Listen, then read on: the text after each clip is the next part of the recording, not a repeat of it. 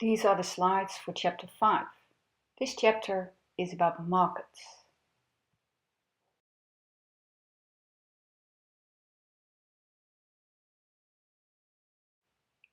Chapter 5 consists of 5 sections.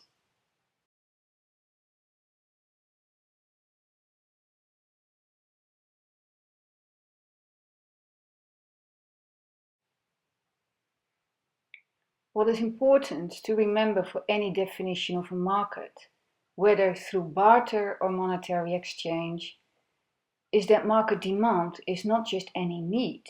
It's a need backed up by purchasing power.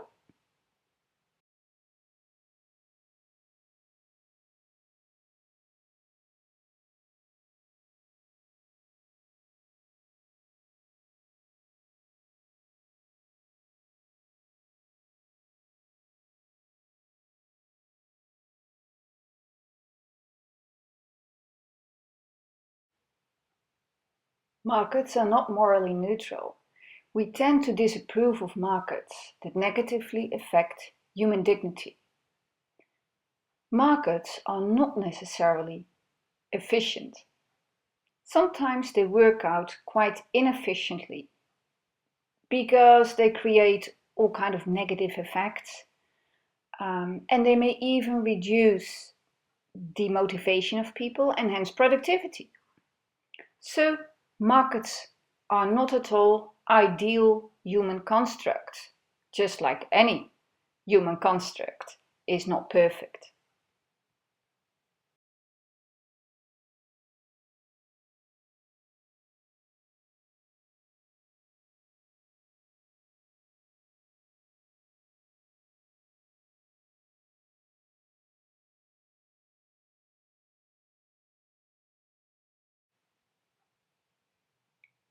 Social economists have noted that a free market can only be a free market when people have real options. So everybody participating in a market should also have the option not to exchange, not to trade any good. This is what we call in social economics a feasible no-trade option. Moreover, social economists are concerned about discrimination. They recognize regulation, sometimes for the good, sometimes for the bad. And social economists recognize that demand and supply are endogenous. They're not just given from heaven.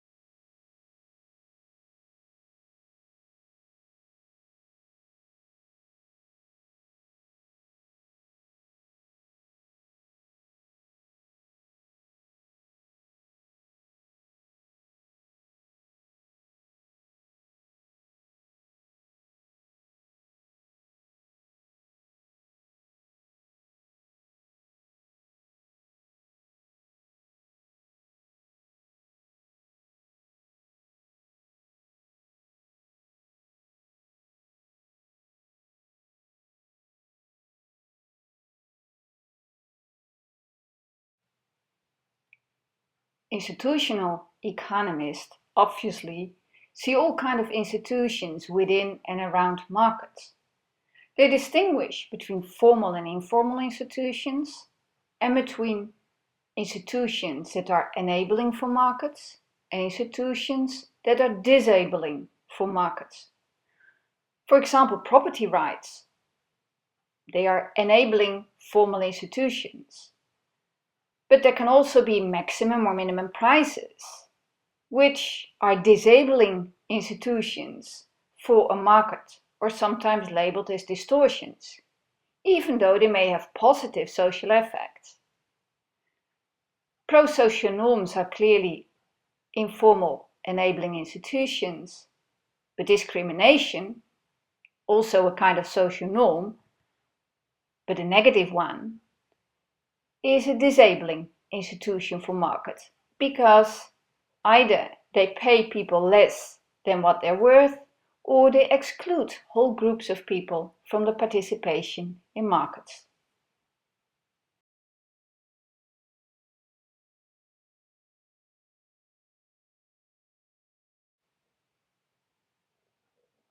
Post-Keynesian economists recognize in particular that markets are always changing, they're often moving in cycles.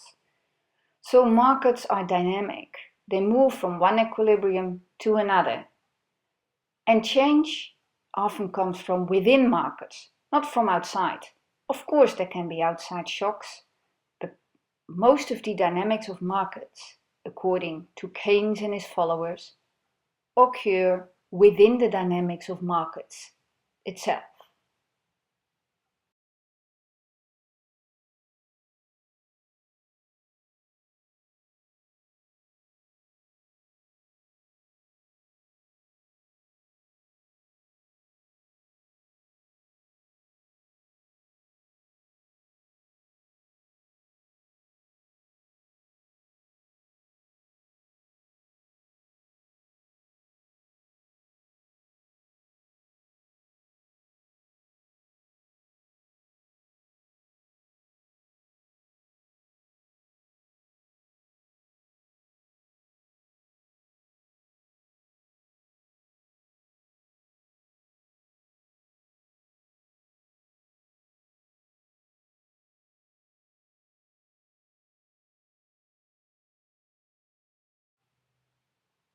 The next couple of slides gives you an overview of types of markets.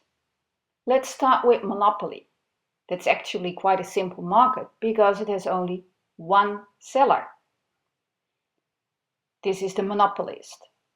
The problem with a market with only one seller is that the seller has all the freedom to set the price as he likes, because consumers can never run away to another seller.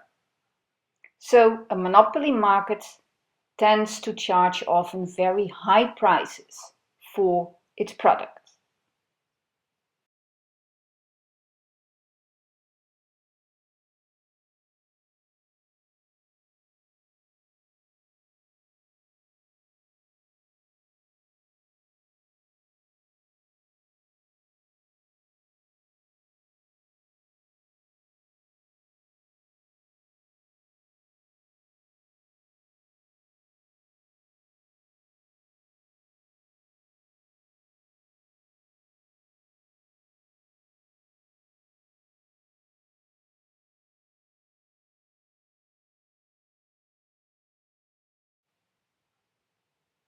This diagram illustrates the working of a monopoly market. The red line is the average revenue curve, which is the same as the demand curve, the demand for the goods and services of a monopolist. The green curve is marginal revenue, and the upward sloping red curve is the marginal cost curve. Now remember, from a perfectly competitive market as described in chapter 4 with Roberto's pizza restaurant, his profit maximization was at the intersection of MC and MR. In this diagram where the green and the black curves intersect. That's the price level Q with a quantity Q. But in a monopoly market, the price level is much higher. It's PX. So this market produces the same amount of goods as a competitive market, but simply charges much higher prices. The extra profit, as pictured with a cross-section of this quantity and price with the red curve, average revenue, that extra profit simply disappears in the pockets of the monopolist.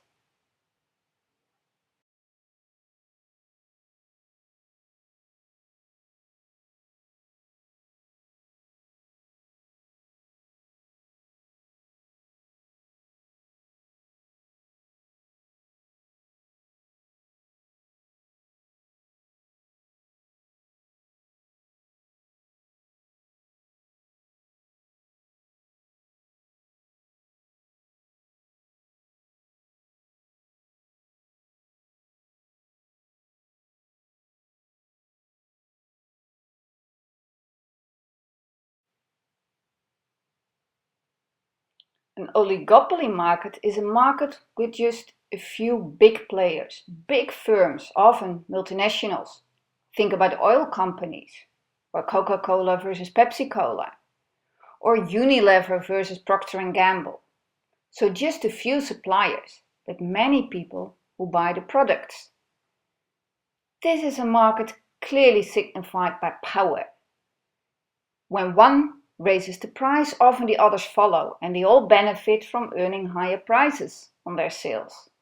But sometimes it goes wrong. Then they engage in a price war. That is when consumers benefit. We can buy their products at lower prices, but often they do this in order to push one or two firms into bankruptcy. And as soon as there are less players on the market, the remaining companies have even more market power, and they will raise the prices again.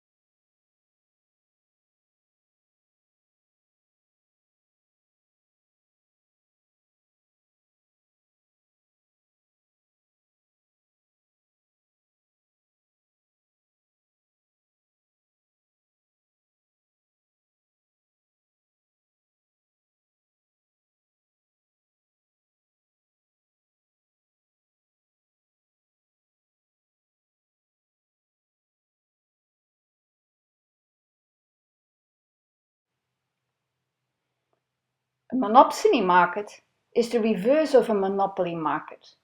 So not one seller, but only one buyer.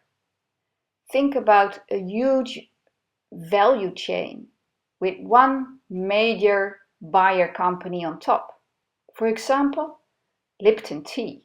Lipton Tea buys a huge quantity of tea from many tea plantations in a country like Tanzania. So it has the power to set the price at which it is willing to buy tea from local farmers.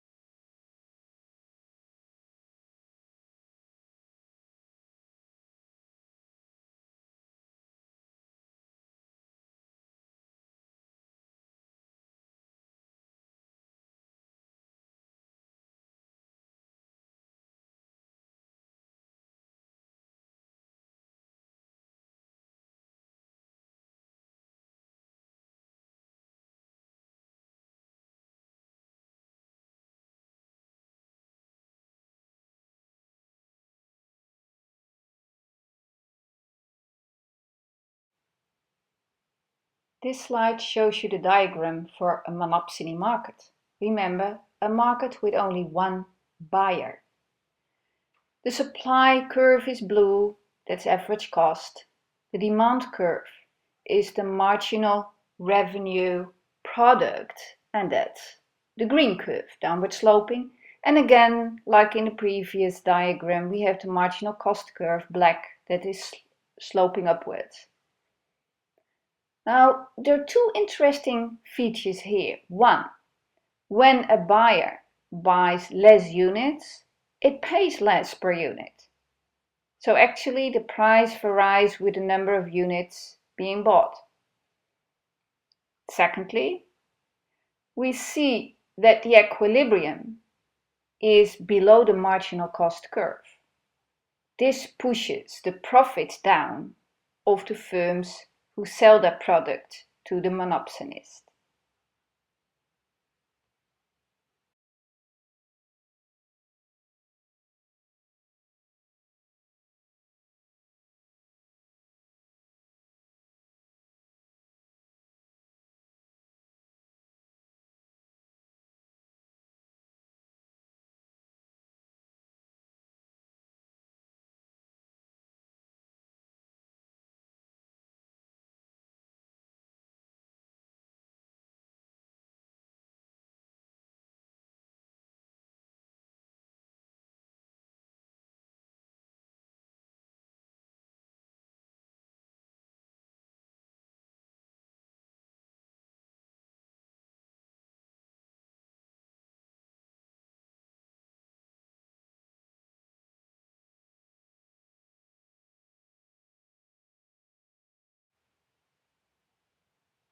Next market that I discuss is monopolistic competition.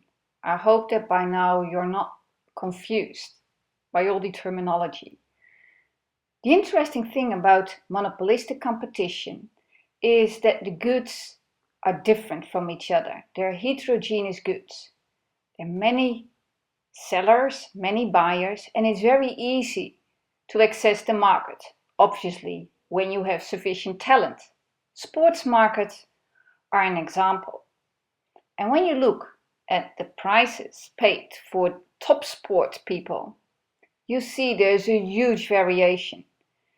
When you're a reasonably good football player, you're paid nothing.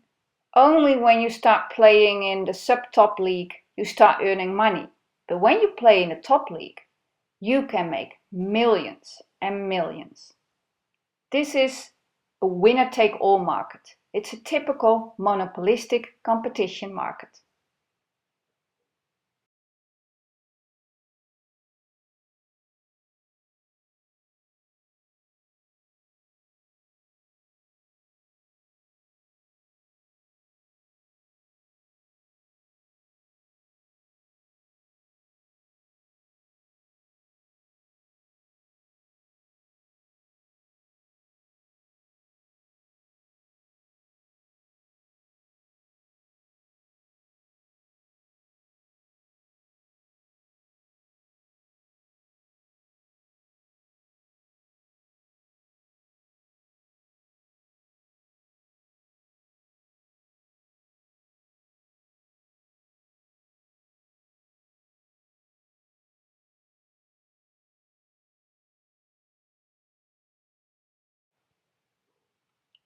This slide shows you the most complicated diagram, not just for this chapter, but for the whole book.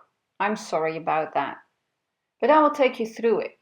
As you will see, it's not that complex, because the red curve appears twice, and the green curve also. Why? Because this is a slide that indicates changes in the long run. So what happens when there's more demand in a monopolistic competition market, or when there is less demand? Well, in this case, we only show you the example with less demand. For example, when there's more suppliers. Because when there's more suppliers in the market, there's less demand available for all individual firms.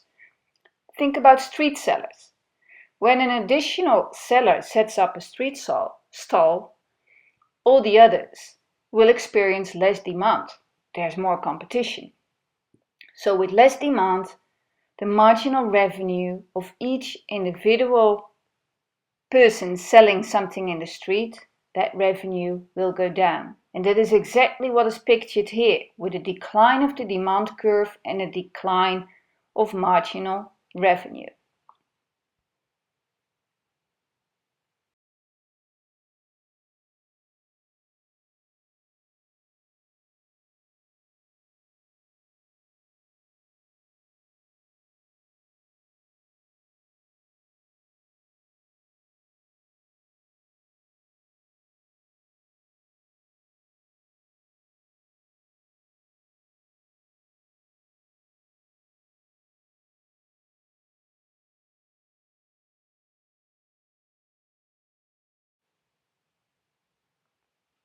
The final type of market to be discussed here is the market of perfect competition, with many suppliers, many buyers, very easy to enter the market, and a relatively homogeneous good.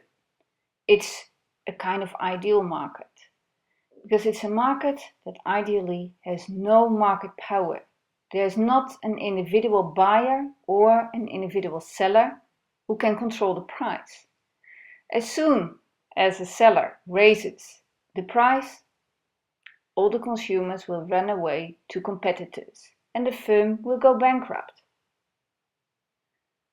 This type of market is also, if it works in practice of course, without power, the most efficient type of market. It stimulates long-run efficiency because it stimulates the production of goods at low cost.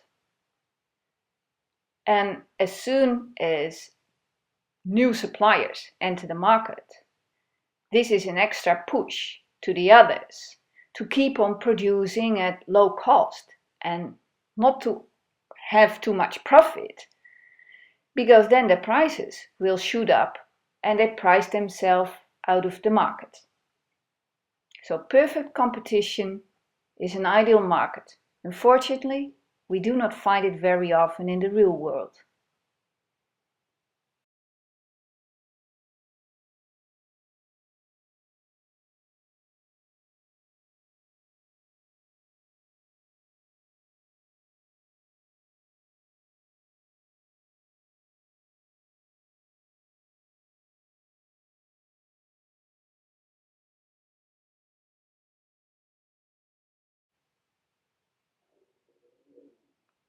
This is the last market diagram. It shows you two diagrams for perfect competition. The first one is the diagram faced by an individual firm. Think about Roberto's Pizza Restaurant of Chapter 4. And the second one is for the market as a whole, say the market for restaurants in Italy. Let's first look at the first one, the firm level. For a firm, the price is given by the market. Roberto cannot change the price of pizza because as soon as he asks not €6 but 7 or 8, he will lose customers. So the price is given. The firm is a price taker. So it sells the quantity at which the marginal revenue, determined by the price, is equal to the marginal cost. So what is key, what is a control variable, is the cost of production. The second diagram shows you demand and supply. And obviously, supply has an upward slope and demand for a normal good has a downward slope. At the intersection, there's the market equilibrium for a particular perfectly competitive goods, pizzas, for example, with an equilibrium quantity and an equilibrium price.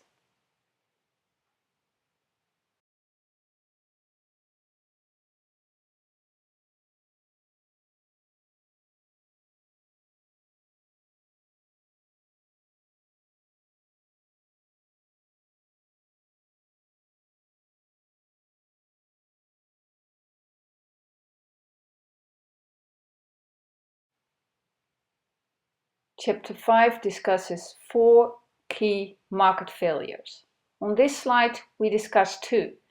Public goods, which are goods which no one can technically be excluded from enjoying the benefits, but also the private returns on investment are very small. So there's no market party willing to provide this good.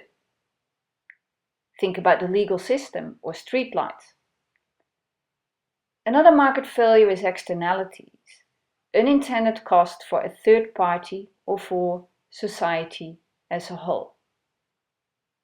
The book discusses various policies against negative externalities.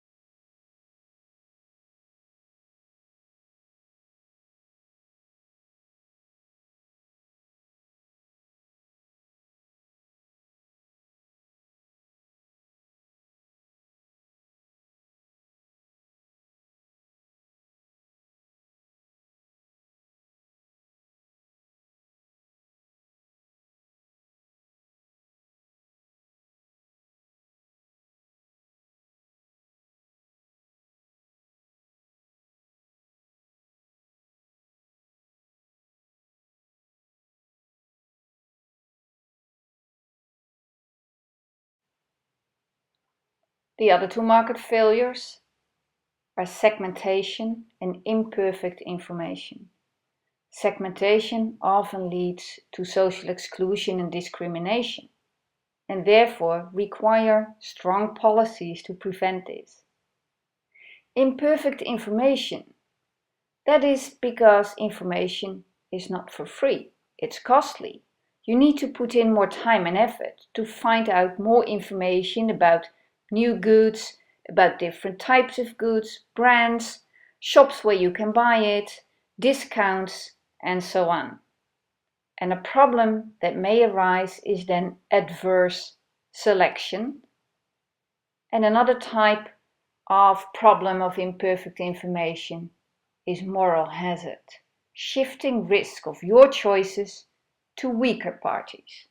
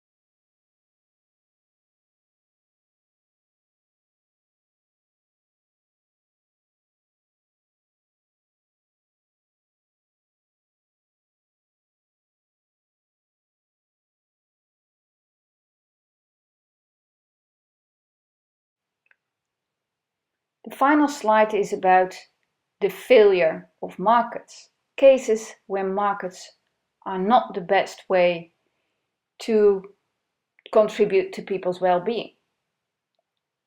It's sometimes referred to as the invisible foot.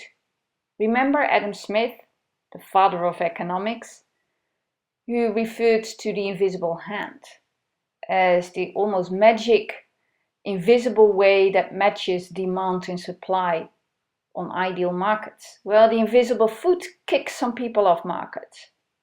It leads to an exclusion of the needs of some people, and it may even crowd out the social norms within communities. But these norms are necessary for the functioning of markets. For example, trust or fairness. in setting prices, for example.